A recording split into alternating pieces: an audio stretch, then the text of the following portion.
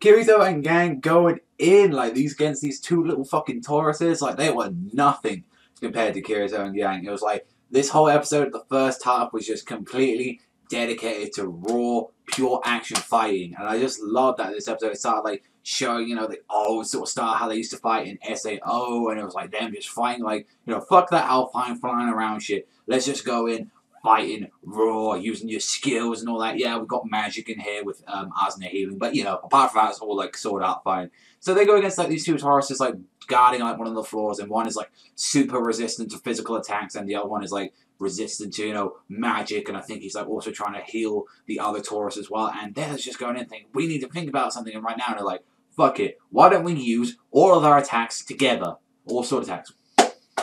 Genius, Kirito, genius. I never thought that would go like that, but it's just like, I like that everyone was getting their own time to shine like that. You got Silcia, you got all of them going in, like fighting like that. Like, you know, look, Klein pulled some Virgil shit. He just went in, slashed him, and he was just like pulled the sword slowly and just poof, all that health going like that. And I was like, yo, that is some sick shit. Everyone, I'm glad it wasn't just Kirito, although Kirito got the most screen time. Him slashing is like, he was like using like a really like cool, like technically dual wielding, like he was using the one sword at one time and then using the other, so he could like technically like dual wield with the swords, and he was like exposing like a thing in the system and all that. So yeah, it's good to know always that Kirito is the one that's always overpowered as fuck in these games.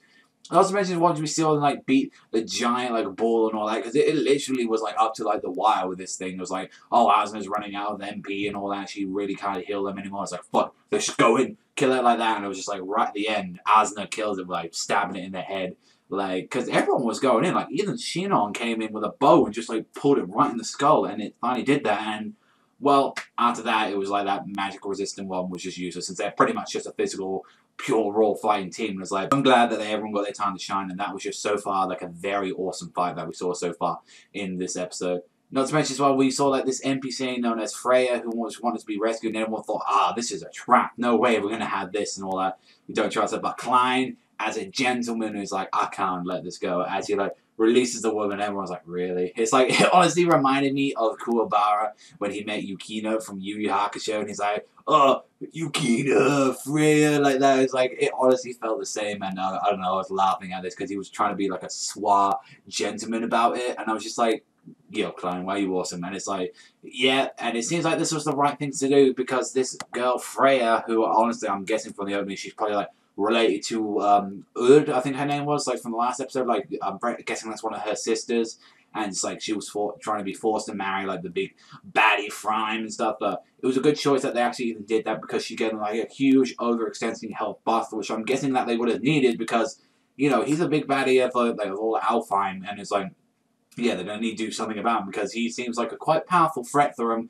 to deal with. But with only half an hour left to go, then until like everything's destroyed, they have a time limit until, you know, he finally wins and, you know, gets over to Alpha and destroys it. But that's just like the thing with this thing, like series. It's like, yeah, it's cool that, you know, this is all happening. Honestly, like the fighting and stuff was awesome in this episode, and, you know, we saw the baddie at the end.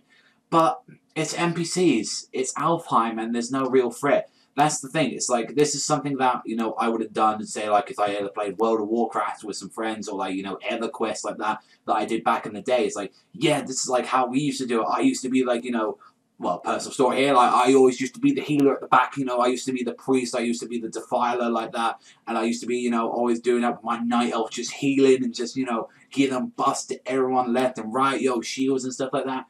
It kind of remind me of back of those days, but then I feel like we was never in any threat, and that's the same thing with Sorda. These characters are never in any threat in any way in the series so far. Like, ever since, you know, Death Gun's gone, we've had that whole bit just gone, disappeared from the series. And, yeah, I'm kind of sad about that, because, you know, I honestly did enjoy that part of Sorda. You know, they had that huge death thing. That's what made, like, the third season so interesting with Ironclad. I mean, regardless of what people say about the first season, you can't admit that, you can admit that the threat was there, and it's like, now that that's been removed, it just feels like, oh, let's look at our best moments of, you know, like, of just hunting and taking out dungeon monsters. But overall, yeah, it was interesting. It was a good episode, but yeah, it's just like the threat and everything, and it felt like, you know, they just, I don't know, I don't really care for the baddie at all, and all I know is that it's going to be a short arc, and who knows, probably at the next episode title is called. It's called Excalibur. I wouldn't be surprised if the episode like ends with us a arc next week. So episode 17, and then we're gonna have like the last couple of episodes dedicated to the other arc that everyone.